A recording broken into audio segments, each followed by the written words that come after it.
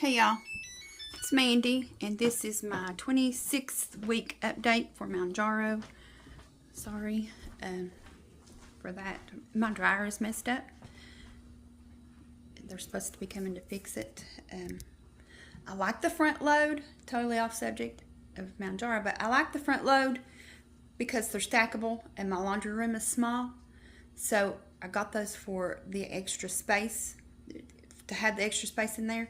But I swear, y'all, I think that just the basic old school washer and dryer, you can't beat those. You just can't beat them. But like I said, this is my 26th week update for Mounjaro. We have been at the RV again this weekend, and I'm going to touch on that. Hold on, my husband pulled back in. Hold on. Okay, my husband's going to pick up the groceries and he forgot his cell phone. Another side note, we don't have grocery delivery at our house where we live. My daughter lives about 15 minutes closer to Walmart than I do. They have grocery delivery there now, which is new. Our Walmart wasn't delivering at all until recently. So I had my groceries delivered to her house, because even after the 15 minutes to her house, it's another 15 minutes from there to Walmart. So for me, it's an hour just drive time there and back, plus the wait if I do a pickup. So this is probably going to be my new thing, okay? But anyway, we were at the RV again this weekend, and I normally treat our little weekend road trips to the RV as not necessarily my splurge time, so to speak. I just don't worry about it if I mean, not that I ever do, but I eat different things there than I eat at home, and I just don't even worry about it. I don't even think about it. I don't feel like I shouldn't eat those things because it's just an occasional, thing. Like ice cream. If you've watched any of my recent updates at the end, I always do what I ate, for that week. You've probably noticed a recurring thing when it comes to going to the RV, that I am obsessed with the Dairy Queen's confetti dip, like a confetti cone, and I always get like a little kid's confetti cone. And this week they messed up and gave me an actual small one, and I actually had trouble eating it, but I succeeded. But because we've been going to the RV more frequently in the past 2 months, I think, because we are building a shed over our camper. We, as in my husband and son-in-law. Well, me and my daughter did hand them some things, so, and we lifted some tin up to them. Stuff is heavy, so that counts. We, as in all of us, group effort. So we've been making more frequent trips, and I've still been having the ice cream, which is fine because I'm still in a caloric deficit. I only mention that because there's certain things that I feel causes inflammation for me, and sugar is one of those things, and I just didn't stop getting the ice cream. But I can tell that lately I have been having that puffy feeling for the past few weeks. I probably mentioned it maybe in my last 2 videos. It's still there. It had gotten better for a few days, but then it was just like right back, and that was the week that I kind of extended my shot out, because the shot does help me with inflammation. But when I'm there at the RV, also, for whatever reason, I want like just a gas station, nothing special, Danish with my morning coffee. I never do that. I rarely eat anything for breakfast. But but we went to, as you'll see in the clip at the end, we decided to go out for breakfast with our friends who have a camper next to us. They also live here. Him and my husband work together, and we just, they're our friends, not just at the RV. So we decided to go to breakfast, which is something that is out of my norm. And I think that just everything that's not a usual thing for me is causing my body just to react differently, which is, I mean, yeah, it can happen to anybody, whether you struggle with inflammation or not. It can throw your digestion off and just all sorts of things. And I think it's a combination of things, because traveling in general just kind of, I don't know, it just does something to me. It's like a 4.5 hour drive for us each way, which is not awful. We've definitely taken longer trips,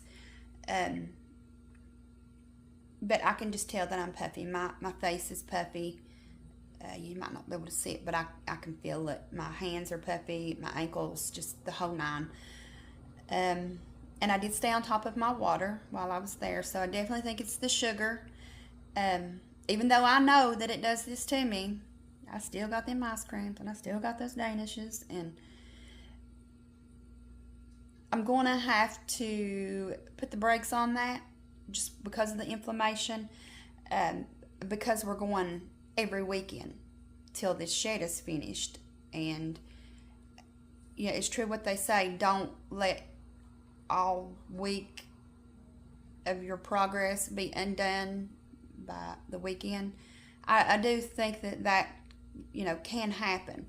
I don't think it's fat gain for myself, because I'm still definitely in a deficit. I don't eat enough on the daily to be in a surplus, so it's just natural weight fluctuations with some inflammation and all that for me. So as you probably gathered by now, the scale did go up this week, and I'll give you my specific numbers here in just a minute. Let me shift myself around here. It's hair wash day, so you look over that. But something that I had on my mind, I just want to speak on for just briefly, that I just wanted to mention in case you're not at this place in your journey yet, you're just getting started with your weight loss. It was concerning your weight loss and shopping for new clothes. Y'all, excuse me, hiccup burps.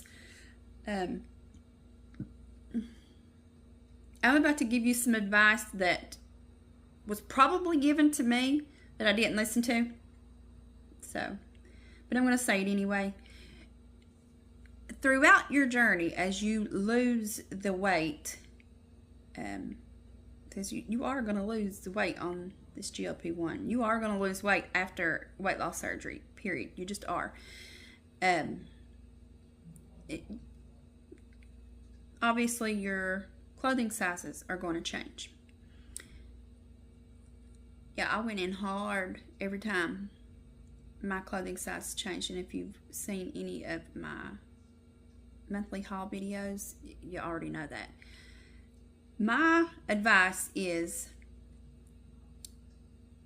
and this is probably obviously it's a no-brainer, but I done it anyway. Let me know in the comments if you are further in your journey and you've done what I'm about to tell you that I've done that we shouldn't do.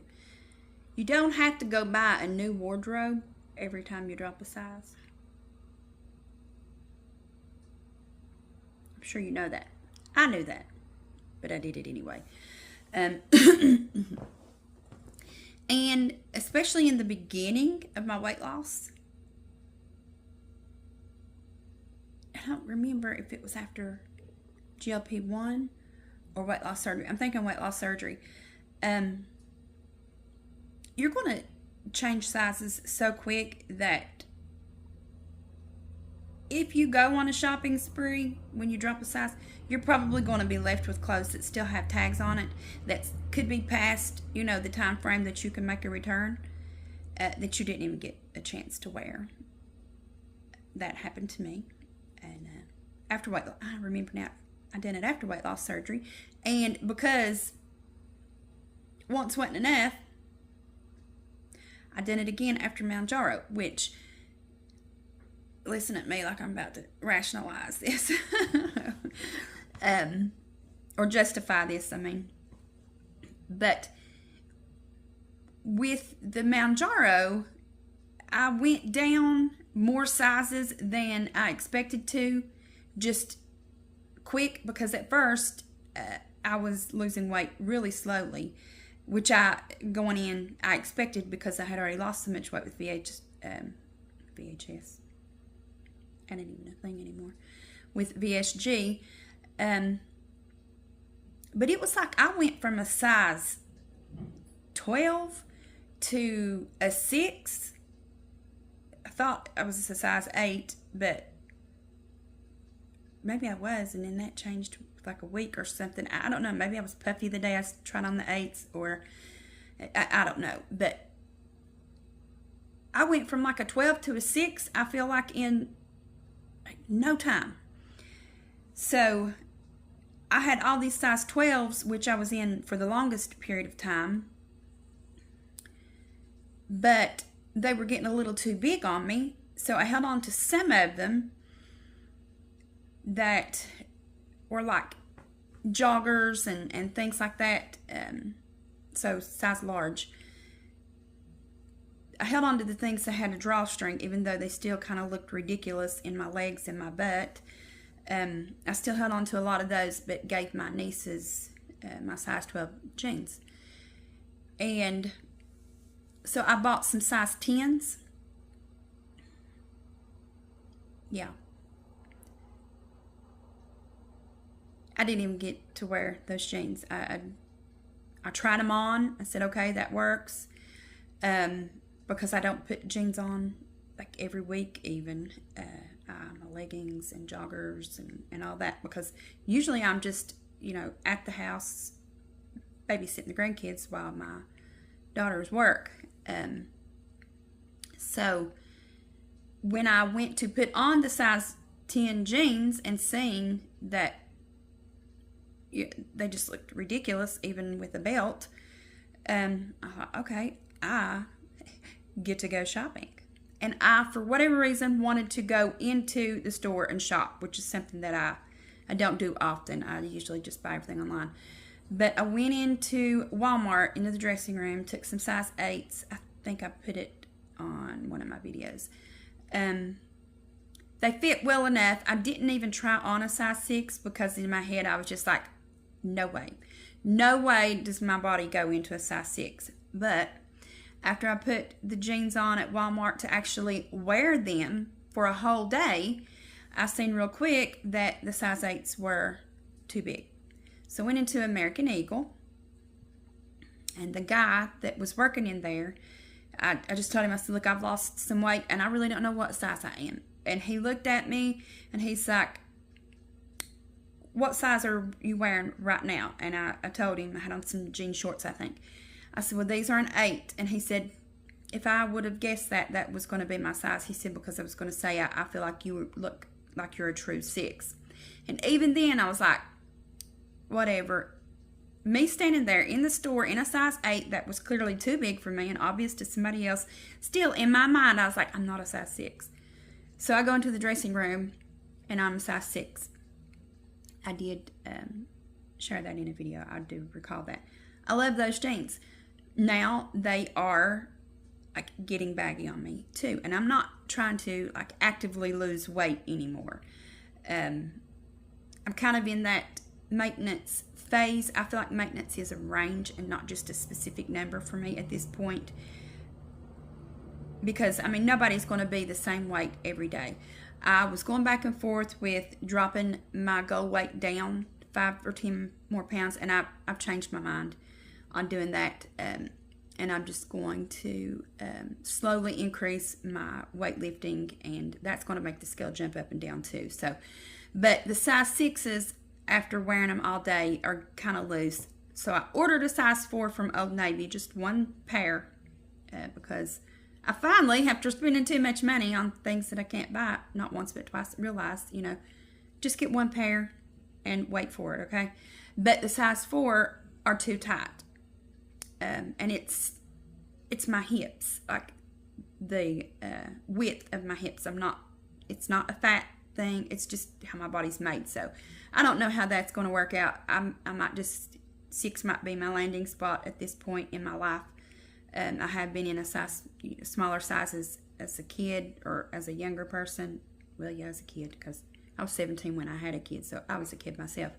But you know how your hips do as you get older and after you have some children's.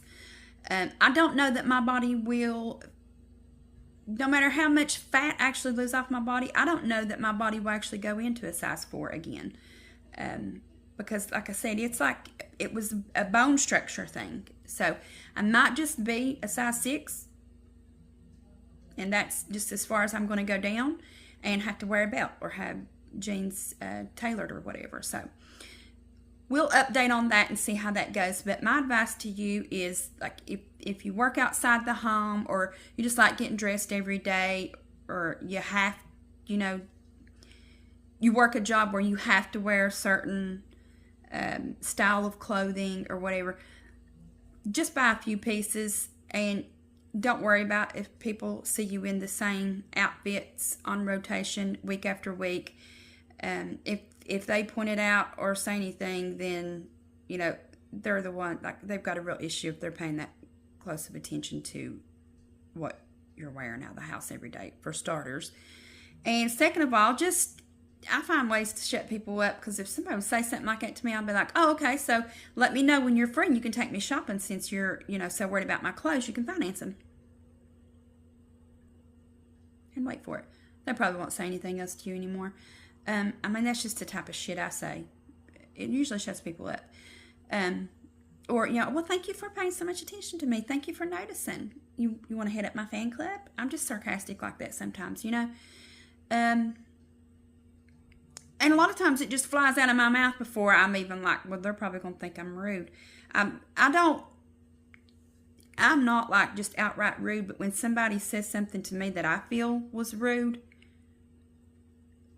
I dish it back to them really quick. It's like it's almost like it's a natural reflex for me. And I don't even have to think about what I'm saying. It just spews out like shaking a soda before you open it. That's this mouth. When somebody says some stuff like that I feel like is usually none of their business anyway. But that's neither here nor there. I'm not telling you to walk around being a smart ass or anything, but just don't let people get under your skin. Just don't worry about stuff like that. Wait till you are like settled in a size and you've been there for a hot minute before you invest your money in some like basic pieces that you might spend a little more money on, like jeans and things. I don't buy luxury jeans. I have come really close since I've lost weight, because I've had a love-hate relationship with jeans for the majority of my life. Hold on. And so now that I can comfortably wear jeans, I'm like, I want a good pair of jeans, but I just cannot bring myself to spend that kind of money that I'm talking about on a pair of jeans. I just can't wrap my head around it. But anyway, if you don't have to like have dress pants and dress shirts and things like that for work, I would highly suggest just get you some comfortable leggings, stretchy pants, and things that you can continue to wear when you go down in size for a little longer than you could like a pair of jeans. Unless you just really love wearing jeans and you want a pair, I would suggest just maybe buying one pair and putting them on repeat until you get to the size that you think you're going to be at indefinitely, or at least for a little longer period of time, or else you're going to be like me, giving stuff away or posting things on Poshmark and it taking forever and a daggone day to sell on there usually. And then you got people wanting you to give them your stuff that you paid good money for next to nothing. No.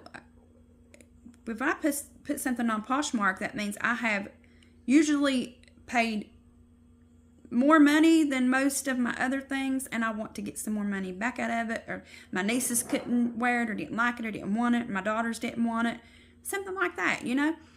So anyway, it just makes more sense to me, even though I knew it then. If you just want to shop, maybe shop for accessories, your handbags, shoes, but even kind of be careful with your shoes, because I can wear a half size smaller in shoes now, like in sneakers and things, but I still just buy my size 8s because my daughters are size 8s, and it's not like they're so big that they're falling off of me. And then that way, like if they need to borrow shoes, then they can come borrow shoes,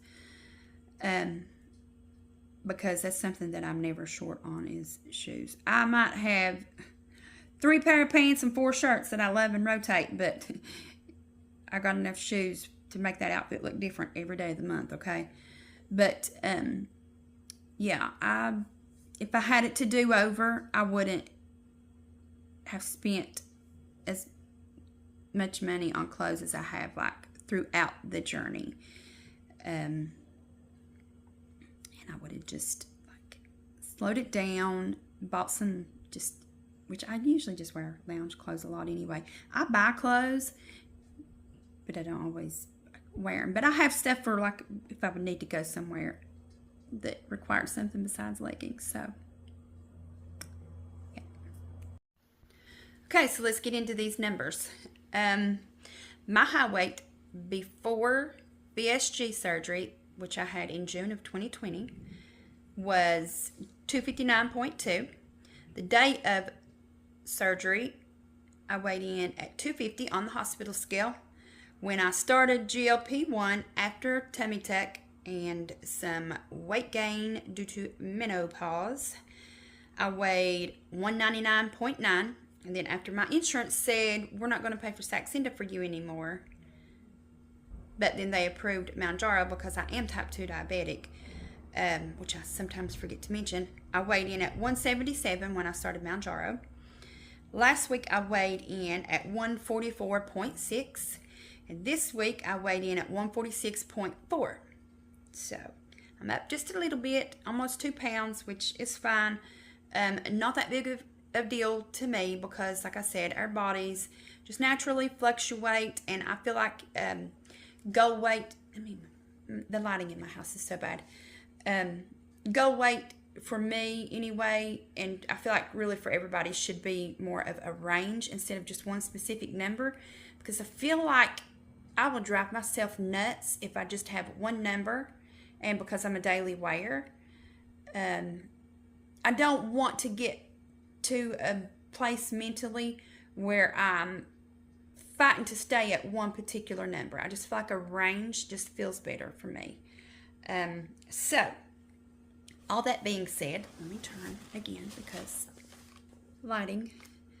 Now I'm trying to not reflect you off my glasses. So that means that from last week, I'm up 1.8 pounds now. There's a gnat flying in front of my face, and I don't have a free hand to swipe it. I'm up 1.8 pounds since last week. Again, having some inflammation, and fluctuations are completely normal. I am down a total of 112.8 pounds, though, so that's good. Since my surgery weight, I'm down 103.6 pounds.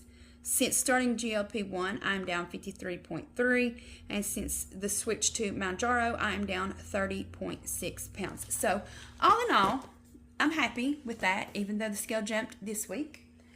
I don't let little jumps on the scale bug me. That's not always been the case. So if you kind of let the scale determine your mood for the rest of the day or whatever, I would probably stay off of that thing, because your weight loss, fat loss, is more than just a number on the scale. It's so much more is involved.